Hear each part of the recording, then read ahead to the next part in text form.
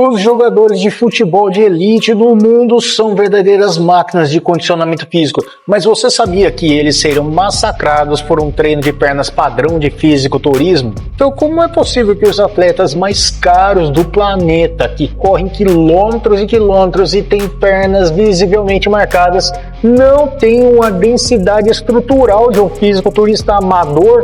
Estamos desvendando hoje a compensação fisiológica em que a velocidade explosiva em campo literalmente destrói o potencial do atleta para atingir a espessura muscular máxima. Eu sou o personal Fábio Vilas Boas e hoje nós vamos direto ao ponto, sem enrolação. Então até o final desse vídeo você vai entender por que o atletismo de classe mundial muitas vezes contradiz a ciência da massa muscular estética máxima e por que cruzar esses dois mundos é biologicamente impossível. Mas antes, dá aquela força, se inscreve, deixa o like, ativa o sininho das notificações e hype o vídeo.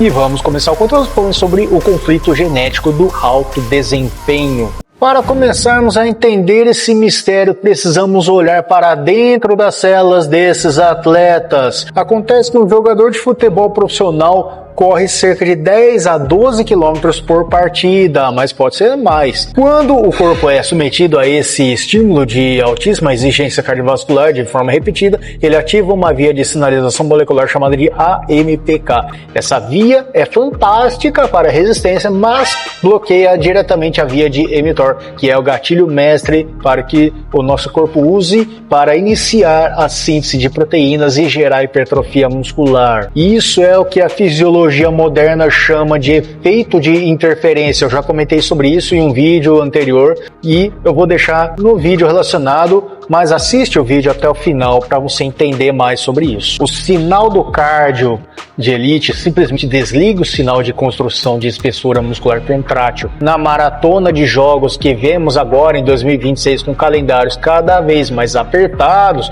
o jogador passa a maior parte do tempo em catabolismo e recuperação energética sem o descanso necessário para suportar a alta tensão mecânica que nós usamos no fisiculturismo para romper fibras e criar volume.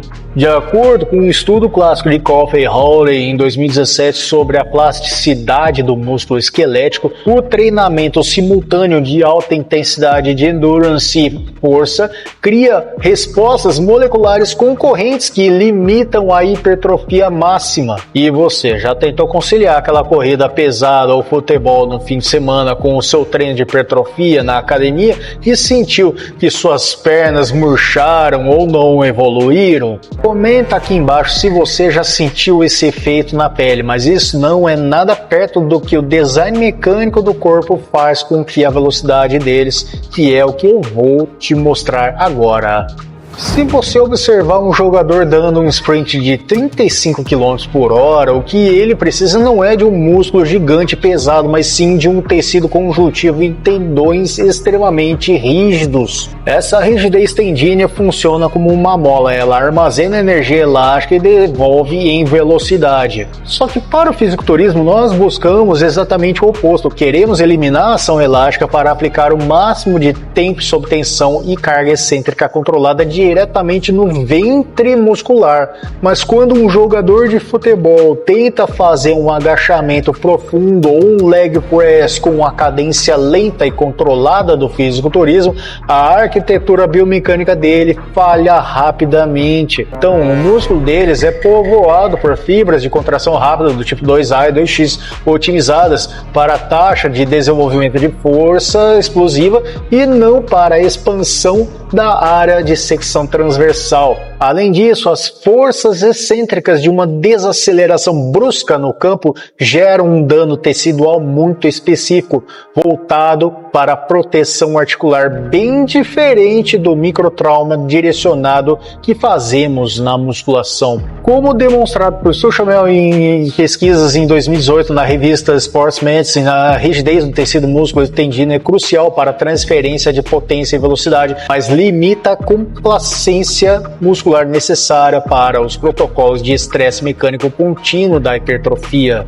Mas olha, para aguentar um treino com a intensidade necessária para quebrar essas barreiras biológicas e realmente construir massa muscular de verdade, a sua suplementação precisa estar em um nível profissional. Não dá para vacilar no básico. Então, faz o seguinte, acessa o site da Probiótica e no final do seu carrinho, não esquece de adicionar o cupom EUPROPERSONALFábio, que o link está nas descrições e comentários fixados, e com ele você ganha 15% de desconto em toda a linha de proteínas, creatinas, pré-treinos, aminoácidos para acelerar a sua recuperação e garantir que o seu sinal de hipertrofia vença qualquer interferência. Mas voltando à nossa análise, vamos falar de energia, ou melhor, de como o corpo gerencia os nutrientes. Um fisiculturista busca o que chamamos de pump, que é aquele bombeamento intramuscular onde o glicogênio e a água ficam retidos dentro do músculo, deixando assim o aspecto cheio, denso e estético. Mas no jogador de futebol, o glicogênio estocado é usado quase que exclusivamente como combustível para explosões anaeróbicas imediatas durante os 90 minutos de jogo. O corpo dele aprende a queimar essa energia de forma absurdamente rápida. Somado a isso, o gasto calórico de um atleta de elite cruzando um campo e cobrindo distâncias enormes cria um déficit calórico tão profundo que a manutenção de uma densidade muscular de nível de competição se torna biologicamente impossível. O design do corpo deles é otimizado para a relação potência-peso. Para o futebol, ter 5 quilos a mais de massa muscular na parte superior do corpo significa carregar um peso morto que vai atrasar o sprint e aumentar o consumo de oxigênio. Para o levantamento de peso intenso e a estética, esse peso extra é o objetivo. O tratado de Hargraves e Sprit, em 2020, sobre o metabolismo do exercício no esporte, confirma que o turnover de glicogênio em atletas de esporte intermitentes impede o estado de saturação crônica necessário para a sinalização volumétrica celular volumosa vista no bodybuilding. Mas calma, porque o desenho estético do músculo deles esconde um perigo real em 2026, e é sobre isso que vamos falar agora. Se você analisar anatomicamente as pernas de um jogador, vai notar que alguns músculos específicos, como os adutores da coxa e os sólios na panturrilha, são hipertrofiados de forma assimétrica, por incrível que pareça. Eles precisam disso para dar estabilidade nos giros, cortes e mudanças direcionais, que são movimentos multiplanares. Só que essa hipertrofia funcional carece totalmente da simetria e do balanço exigidos pelos padrões do fisiculturismo, que por sua vez isola os movimentos em um único plano para esculpir o vato lateral, reto femoral e criar aquele visual 3D. Dados recentes de prevenção de lesões publicados agora mostram uma realidade dura para os técnicos de futebol. Quando um atacante de velocidade ou um ponta tenta ganhar massa muscular excessiva no tronco ou nos braços para parecer mais forte, o centro de gravidade dele muda, por incrível que pareça.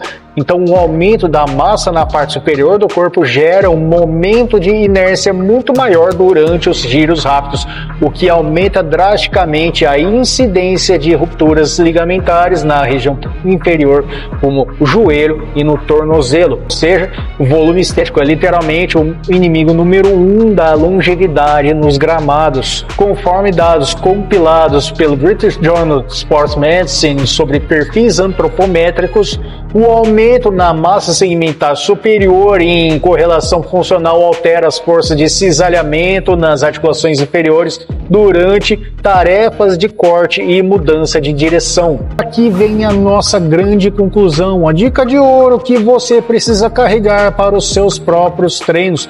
Tudo se resume no sistema nervoso central. O sistema nervoso central de um jogador de futebol é programado para a reatividade, para o reflexo e para o instinto rápido. Então, isso compete diretamente com o que nós fazemos na musculação profissional, que é a chamada conexão mente-músculo deliberada, lenta, concentrada e consciente. Então, o veredito final da ciência é claro, tentar alcançar o físico de um atleta de elite do fisiculturismo como Classic Physique ou um competidor do Mr. Olympia encerraria efetivamente uma carreira numa Premier League ou uma preparação para uma Copa do Mundo em uma única temporada. São caminhos mutuamente exclusivos da especialização física humana. O corpo humano é uma máquina perfeita de adaptação, mas ele não consegue ser o mestre da força estática máxima e da velocidade dinâmica ao mesmo tempo. Você precisa escolher o seu alvo. Se essa análise técnica detalhada abriu a sua mente e te ajudou a entender melhor como a biomecânica e a fisiologia controlam os seus resultados, não esquece de deixar o seu reconhecimento. Clica agora no botão de hype aqui embaixo para valorizar o conteúdo científico. Se inscreve no canal, deixa o like e ativa o sininho das notificações para não perder as próximas análises de performance de elite que eu trago toda semana.